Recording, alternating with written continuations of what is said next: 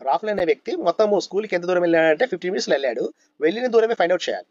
వెళ్ళిన దూరంలో 2/3 వంతు దూరాన్ని 5 kmph వేగంతోను, మిగతా దూరాన్ని 10 kmph వేగంతో వెళ్తే టోటల్ డిస్టెన్స్ ఎంత అంటాడు. క్లియర్ ఓకేనా.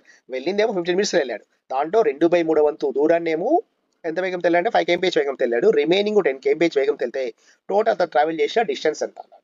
ఇలా ఇచ్చినప్పుడు చూడండి మనం ఏం చేస్తాము అంటే ఇక్కడ డిస్టెన్స్ నెక్స్ట్ అనుకోకుండా మనం ఏం చేస్తుంటే అజ్యూమ్ చేసుకున్నాం. అతను వెళ్ళినది ఎంత అంటే 2/3 వంతు వేగం, 2/3 వంతు దూరం గురించి మాట్లాడుతున్నాడు. వెళ్ళింది ఎంత అంటే ఒకసారి ఏమో 5 kmph, రెండోది 10 kmph ఇచ్చాడు.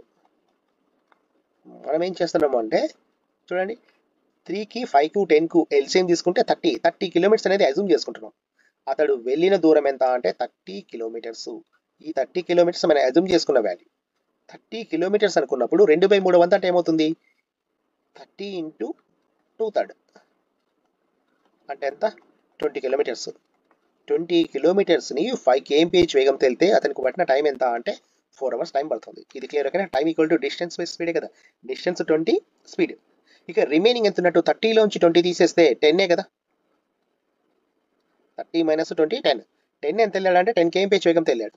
అంటే ఎంత టైం పట్టినట్టు 1 hour. అంటే టోటల్ అతనికి పట్టిన టైం ఎంత అంటే 5 hours పట్టింది.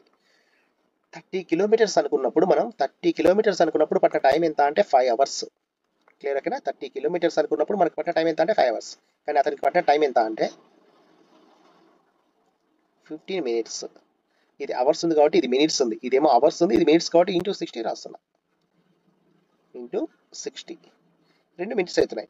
అంటే ఇది ఎంత ఉంటుంది అన్నప్పుడు చూడు ఏమొస్తుంది, 15/5 into 60 into 30. 1 sir 2 sir 1 sir 3 sir 3/2.